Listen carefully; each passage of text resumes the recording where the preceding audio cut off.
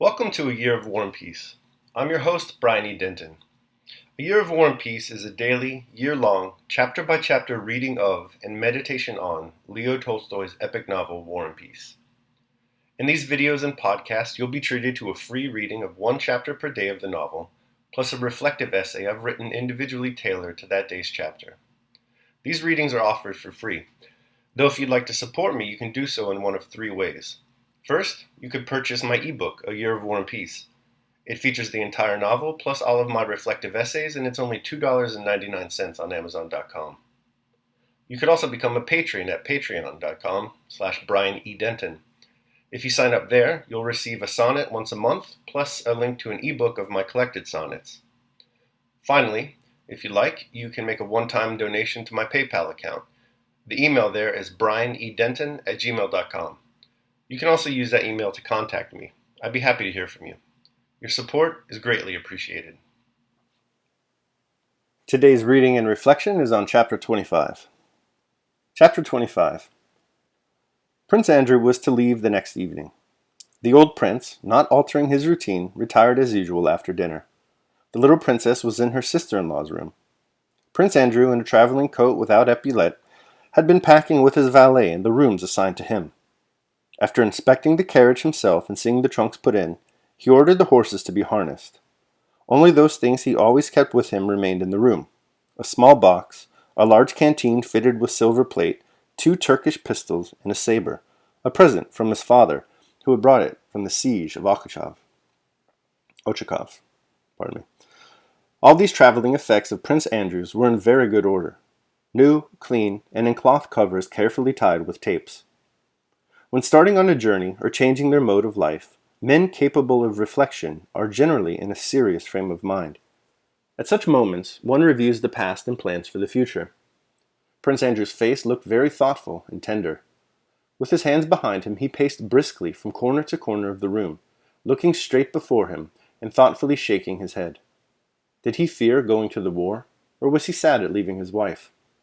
Perhaps both, but evidently he did not wish to be seen in that mood, for hearing footsteps in the passage, he hurriedly unclasped his hands, stopped at a table as if trying to cover of the small box, and assumed his usual tranquil and impenetrable expression.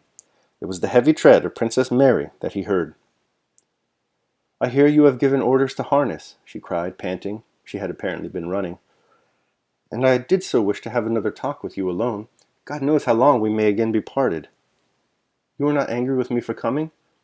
You have changed so, Andrusha," she added, as if to explain such a question. She smiled as she uttered his pet name, Andrusha. It was obviously strange to her to think that this stern, handsome man should be Andrusha, the tender, mischievous boy who had been her playfellow in childhood. "And where is Liza?" he asked, answering her question only by a smile. "She was so tired that she has fallen asleep on the sofa in my room. Oh, Andrew, what a treasure of a wife you have," said she, sitting down on the sofa facing her brother.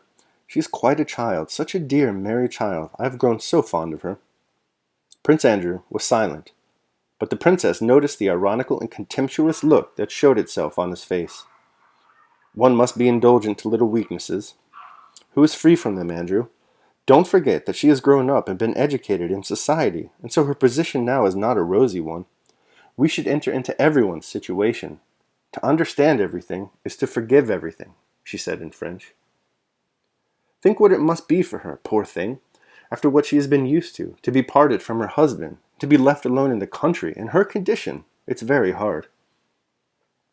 Prince Andrew smiled as he looked at his sister, as we smile at those who we think we thoroughly understand. "You live in the country, and don't think the life terrible," he replied. That's different. Why speak of me? I don't want any other life, and can't, for I know no other. But think, Andrew, for a young society woman to be buried in the country during the best years of her life, all alone, for Papa is always busy, and well, you know what poor resources I have for entertaining a woman used to the best society. There is only Mademoiselle Bourrienne." "I don't like your Mademoiselle Bourrienne at all," said Prince Andrew. "No? She is very nice and kind, and above all, she's much to be pitied. She has no one. To tell the truth, I don't need her, and she's even in my way.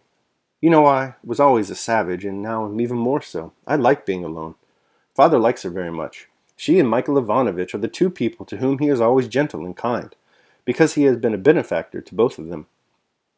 As Sterne says, we don't love people so much for the good they have done us as for the good we have done them. Father took her when she was homeless after losing her own father. She is very good-natured, and my father likes the way of her reading. She reads to him in the evenings, and she reads splendidly. To be quite frank, Mary, I expect Father's character sometimes makes things trying for you, doesn't it? Prince Andrew asked suddenly. Princess Mary was first surprised, and then aghast at this question. For me? For me? Trying? For me? Said she. He always was rather harsh, and now I should think he's getting very trying, said Prince Andrew, apparently speaking lightly of the father in order to puzzle or test his sister. You are good in every way, Andrew, but you have a kind of intellectual pride, said the princess, following the train of her own thoughts rather than the trend of the conversation. And that's a great sin. How can one judge father? But even if one might, what feeling except veneration could such a man as my father evoke? And I am so contented and happy with him. I only wish you were as happy as I am. Her brother shook his head incredulously. The only thing that is hard for me, I will tell you the truth, Andrew, is father's way of treating religious subjects. I don't understand how a man of his immense intellect can fail to see what is as clear as day, and can go so far astray. That is the only thing that makes me unhappy. But even in this I can see lately a shade of improvement. His satire has been less bitter of late, and there was a monk he received and had a long talk with. Ah, my dear, I am afraid you and your monk are wasting your powder, said Prince Andrew, bantering yet tenderly. Oh, mon ami, I only pray and hope that God will hear me. Andrew, she said timidly after a moment's silence, I have a great favor to ask of you. What is it, dear? No. Promise that you will not refuse. It will give you no trouble and is nothing unworthy of you, but it will comfort me. Promise, Andrusha, said she, putting her hand in her reticule, but not yet taking out what she was holding inside of it, as if what she held were the subject of her request and must not be shown before the request was granted. She looked timidly at her brother. Even if it were such a great deal of trouble, answered Prince Andrew, as if guessing what it was about. Think what you please. I know you are just like father. Think as you please, but do this for my sake. Please do. Father's father, our grandfather, wore in all his wars. She did not take out what she was holding in her reticule. So you promise? Of course. What is it?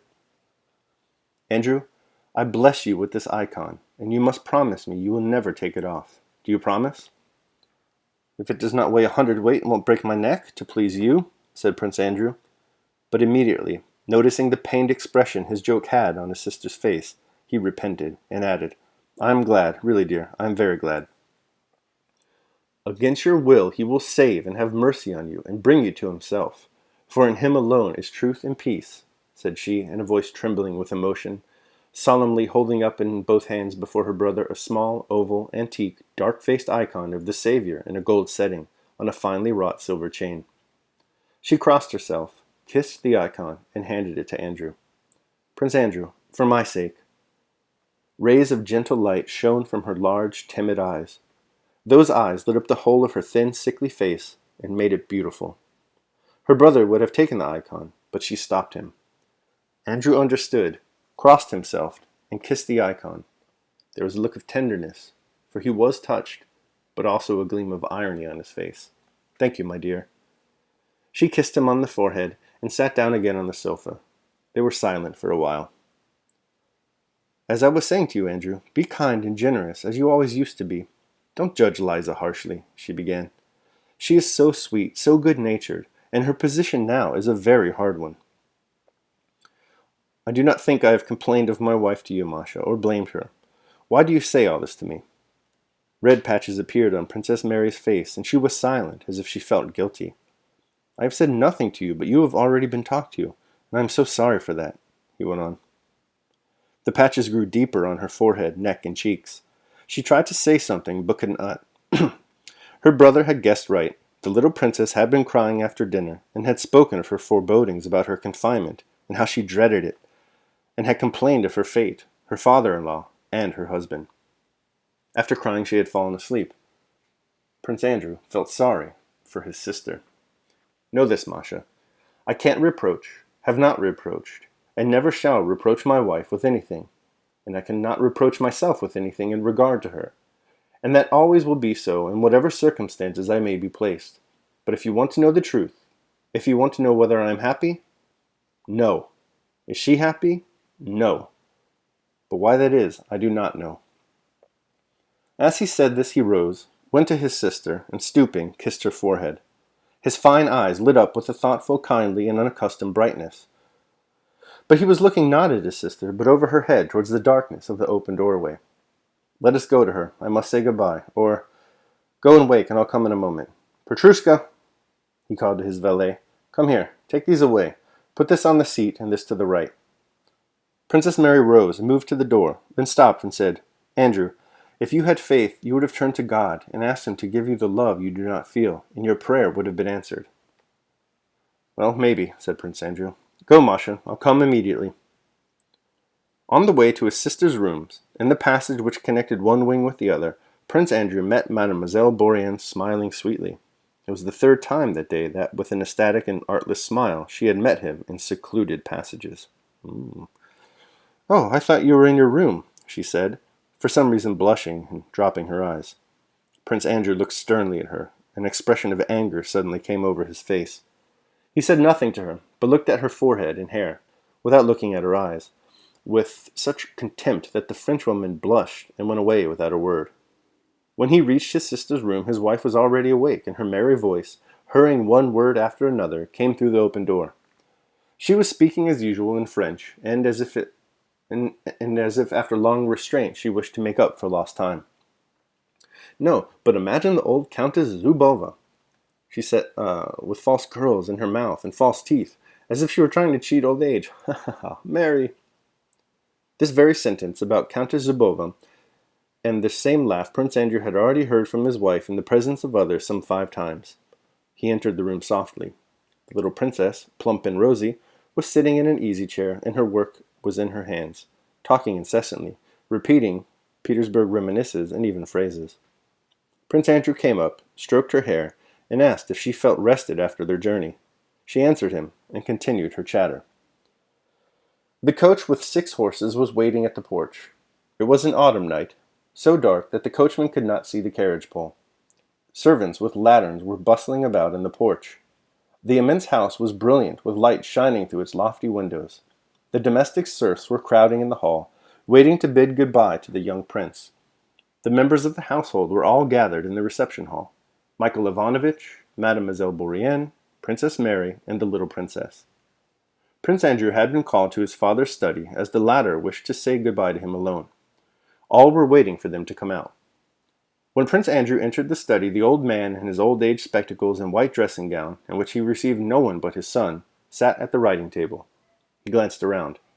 Going? And he went on writing. I've come to say goodbye. Kiss me here, then. And he touched his cheek. Thank you, thank you. What do you thank me for? For not dilly-dallying and not hanging to a woman's apron strings. The service before everything. Thank you, thank you. And he went on writing, so that his quill spluttered and squeaked. If you have anything to say, say it. These 2 things can be done together, he added. About my wife. I am ashamed as it is to leave her here in your hands. Now, why talk nonsense? Say what you want. When her confinement is due, send to Moscow for an accoucheur. Let him be here. The old prince stopped writing, and, as if not understanding, fixed his stern eyes on his son. I know that no one can help if nature does not do her work, said Prince Andrew, evidently confused. I know that out of 1,000,000 cases only one goes wrong, but it is her fancy and mine. They have been telling her things. She has had a dream, and she is frightened. Muttered the old prince to himself, finishing what he was writing. Okay, I'll do it. He signed with the flourish, and suddenly turning to his son, began to laugh. It's a bad business, eh? What is bad, father? The wife, said the old prince, briefly and significantly. I don't understand, said Prince Andrew. No, it can't be helped, lad, said the prince. They're all like that. One can't unmarry. Don't be afraid, I won't tell anyone, but you know it yourself. He seized his son by the hand with small bony fingers, shook it, looked straight into his son's face with keen eyes, which seemed to see through him, and again laughed his frigid laugh. The son sighed, thus admitting that his father had understood him. The old man continued to fold and seal his letter, snatching up and throwing down the wax, the seal, and the paper with his accustomed rapidity. "What's to be done? She's pretty. I will do everything. Make your mind easy," said he in an abrupt sentence while sealing his letter. Andrew did not speak. He was both pleased and displeased that his father understood him. The old man got up and gave the letter to his son. "Listen," said he. "Don't worry about your wife. What can be done shall be done. Now listen, give this letter to Kutuzov. I have written that he should make use of you in proper places, and not keep you long as an adjutant, a bad position. Tell him I remember and like him. Write and tell me how he receives you. If he is all right, serve him. Nicholas Bolkonsky's son need not serve under anyone if he is in disfavor. Now come here." He spoke so rapidly that he did not finish half his words, but his son was accustomed to understand him. He led him to the desk, raised the lid, drew out a drawer, and took out an exercise book filled with his bold, tall, close handwriting. "I shall probably die before you, so remember, these are my memoirs. Hand them to the Emperor after my death. Now here is a Lombard bond in a letter. It is a premium for the man who writes a history of Suvorov's wars. Send it to the Academy. Here are some jottings for you to read when I am gone. You will find them useful." Andrew did not tell his father that he would no doubt live a long time yet. He felt that he must not say it. "I will do it all, father," he said. "Well now, goodbye." He gave his son his hand to kiss and embraced him. "Remember this, Prince Andrew, if they kill you, it will hurt me, your old father." He paused unexpectedly, and then in a querulous voice suddenly shrieked, "But if I hear that you have not behaved like the son of Nicholas Bolkonsky, I shall be ashamed." "You need not have said that to me, father," said the son with a smile. The old man was silent. "I also wanted to ask you," continued Prince Andrew, "if I'm killed and I have a son, do not let him be taken away from you. As I said yesterday, let him grow up with you, please." "Not let the wife have him?" said the old man, and laughed. They stood silent, facing one another. The old man's sharp eyes were fixed straight on his son's. Something twitched in the lower part of the old prince's face. "We've said goodbye. Go!" he suddenly shouted in a loud, angry voice, opening the door. "What is it? What?" asked both princesses when they saw for a moment at the door Prince Andrew and the figure of the old man in a white dressing gown, spectacled and wiglish, shouting in an angry voice. Prince Andrew sighed and made no reply. "Well," he said, turning to his wife. At this "well" it sounded coldly ironic, as if he were saying, "Now, go through your performance." "Andrew, already," said the little princess, turning pale and looking with dismay at her husband. He embraced her. She screamed and fell unconscious on his shoulder. He cautiously released the shoulder she leaned on, looked into her face, and carefully placed her in an easy-chair. "Adieu, Mary," said he gently to his sister, taking her by the hand and kissing her, and then he left the room with rapid steps. The little princess lay in the armchair, Mademoiselle Bourienne chafing her temples. Princess Mary, supporting her sister-in-law, still looked with her beautiful eyes full of tears at the door through which Prince Andrew had gone and made the sign of the cross in his direction. From the study, like pistol shots, came the frequent sound of the old man angrily blowing his nose. Hardly had Prince Andrew gone when the study door opened quickly, and the stern figure of the old man in the white dressing gown looked out. "Gone? That's all right," said he. And looking angrily at the unconscious little princess, he shook his head reprovingly and slammed the door. All right, that concludes my reading of chapter 25 in War and Peace. I'll now proceed to my reflection on the same. A Year of War and Peace, Day 25. Good Grief, Part 3. Today we find the Bolkonsky house in an absolute mess of emotions over Andrew's approaching departure for the war. Andrew, alone in his room, prepares for the journey in a highly regimented, organized way.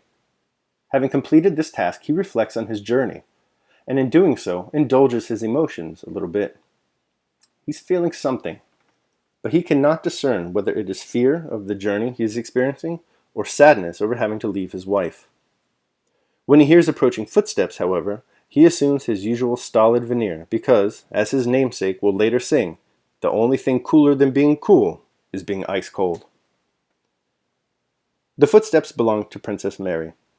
She has come to talk to her brother about two things. First, she tries to give him a little bit of a softer and considerate feeling towards his wife. After all, Mary says, Liza is a society girl. She has no business out in the country at Bald Hills. Imagine, Mary pleads, how such a drastic change must feel for someone like her. And with this we get the first true glimpse of Mary's heart. She's a very considerate and thoughtful woman, one of the true hearts of the novel. Her compassion is further displayed when she arrives at her next objective. Here, she offers Andrew a family heirloom icon. She tells Andrew that it's an icon their grandfather wore during all of his wars. Her idea is that the icon will help her brother survive his war, just as it has previous Bolkonsky generations. Andrew accepts the icon, even though he does not share his sister's superstitions. Next, Prince Andrew goes to visit his father. This is a tough scene for discerning readers because even though the two men shield their hearts with stone, it's very clear that this is an emotionally wrenching occasion for the both of them. The father offers his son a letter of introduction to Kutuzov, shows Andrew his papers filled with useful advice and reflections, and instructs him to set up payment for any scholar who produces a study of Suvorov's wars. Andrew, in turn, asks that if he is killed, can his father please raise his child. The old prince accepts, jokingly, but his hard exterior is breached, and he lets loose an uncharacteristically emotional exclamation that if someone kills Andrew, he will be very sad. Leaving his father's study, Prince Andrew meets with his wife. He greets her coldly. She falls over and faints in hysterics. He moves on. The old prince emerges from his study moments later. He sees that his son is gone. He sees his daughter-in-law passed out on an easy chair. He can summon nothing more helpful than screaming, "Good!" to no one in particular. Then he slams the door shut. End scene. We've taken the opportunity of the past 2 chapters to think a little about grief. 2 days ago, we suggested one approach towards living with grief is to reflect realistically on the vicissitudes of life. Yesterday, we reminded ourselves that when confronted with the emotion of grief, we should examine our feelings and separate our impressions of the event causing the grief from the event itself. Today, we'll be a little more proactive. Today, we'll try anticipating grief, just like the Bolkonskys should be doing. This way, they'll be prepared for any tragedy that might befall Andrew while he is away at war. Doing so just might help them act better than they do in this chapter. Daily Meditation. Stand as it were on guard, and to mark the attacks and changes of fortune long before she delivers them. She is only terrible to those whom she catches unawares. He who is always looking out for her assault easily sustains it. For so also an invasion of the enemy overthrows those by whom it is unexpected, but those who have prepared themselves for the coming war before it breaks out stand in their ranks fully equipped and repel with ease the first, which is always the most furious onset. Seneca, Consolation of Helvia. Alright, that concludes my reading and reflection on chapter 25 of War and Peace. I hope you liked it. Thanks so much for joining me today. Remember that if you'd like to support me, you can do so either by purchasing the ebook, A Year of War and Peace, becoming a patron at patreon.com, or making a one-time donation at PayPal. The links to all that are below in the show notes. Your support is greatly appreciated. Tomorrow we'll be reading and reflecting on chapter 26 of War and Peace. I hope you'll join me. Until then, take care of yourselves and others.